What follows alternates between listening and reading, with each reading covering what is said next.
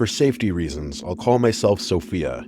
This is a true story that happened to my best friend and I over a decade ago. I'll also use a fake name for her, Gabriella. We're from Germany, and when this happened, we were 14 years old. We live in the western part of Germany in the countryside. It's mostly fields upon fields here, with forests, farmland, and all the other things you'd expect in a rural area. Gabriella and I used to have a lot of sleepovers on the weekends. We went to the same school, and back then, we were inseparable. After graduating, we eventually drifted apart and went our own ways, but I still cherish those memories. Most of them. The night this story takes place is in late winter, specifically in February. If you didn't know, February is carnival season in Germany, especially in our region. People here love celebrating carnival, and it's a really big event. It's common for people to wear costumes that are far too revealing for the freezing weather.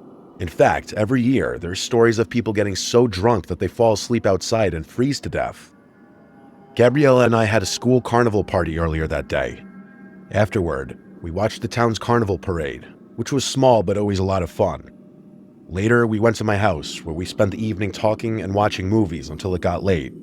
At that time, I lived alone with my mom because my parents had divorced when I was young. My mom wasn't home that evening. She had gone to a carnival party with her friends, including Gabrielle's parents. We knew she wouldn't be back until the next morning.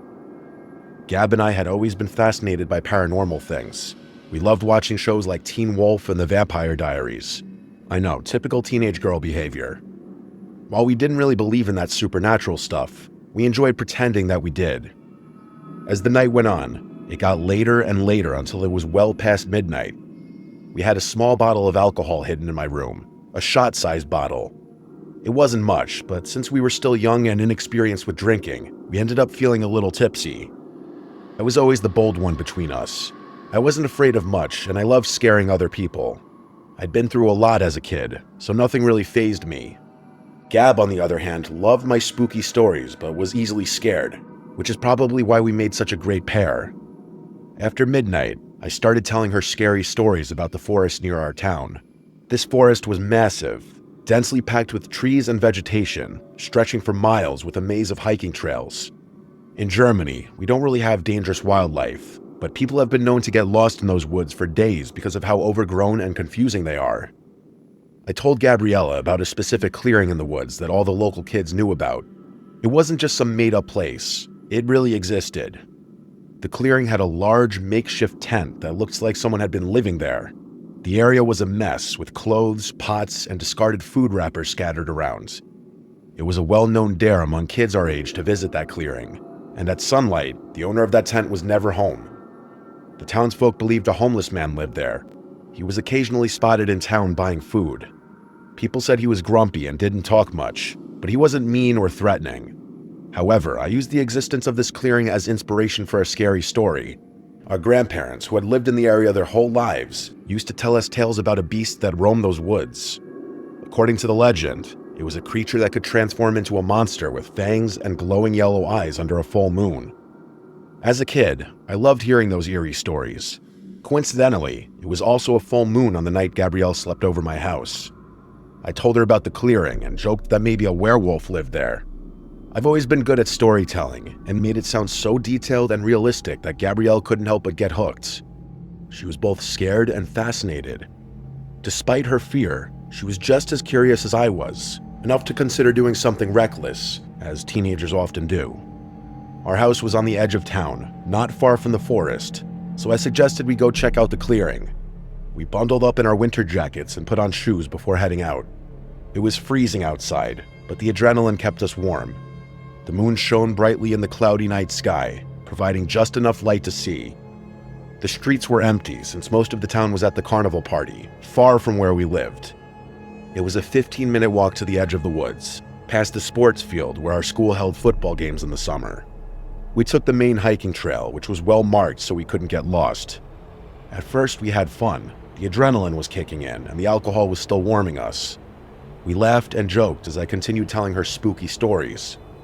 Gabriella was so jumpy by then that every rustling sound or shadow made her scream. After about 20 minutes, we got close to the clearing. You're probably expecting something dramatic to happen next, like the sound of snapping branches, glowing eyes in the dark, or a menacing growl behind us, but none of that happened. Instead, I had a strange feeling. It's hard to explain because I'd never felt anything like it before. As I mentioned earlier, I don't scare easily. I was tough for my age, taller than most boys in our class, and stronger too. But this was different. It felt like a sense of impending doom, as if some part of me instinctively knew something terrible was about to happen. It was like an alarm went off in my brain.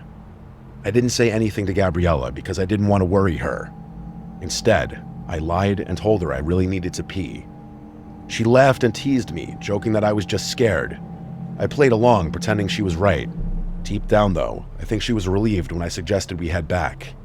We turned around and started walking toward the edge of the forest. I tried to stay calm, keeping a steady pace so I wouldn't alarm her.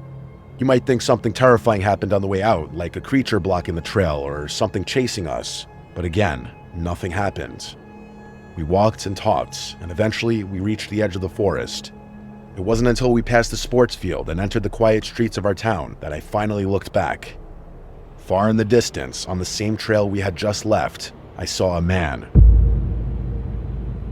He was standing still, hundreds of meters away, right in the middle of the trail. I couldn't make out his face or features, just his silhouette. He was tall and broad-shouldered, standing as still as a statue. I couldn't tell if he was facing us or not, but something in my gut told me he was watching. I said nothing to Gabriella and hurried home.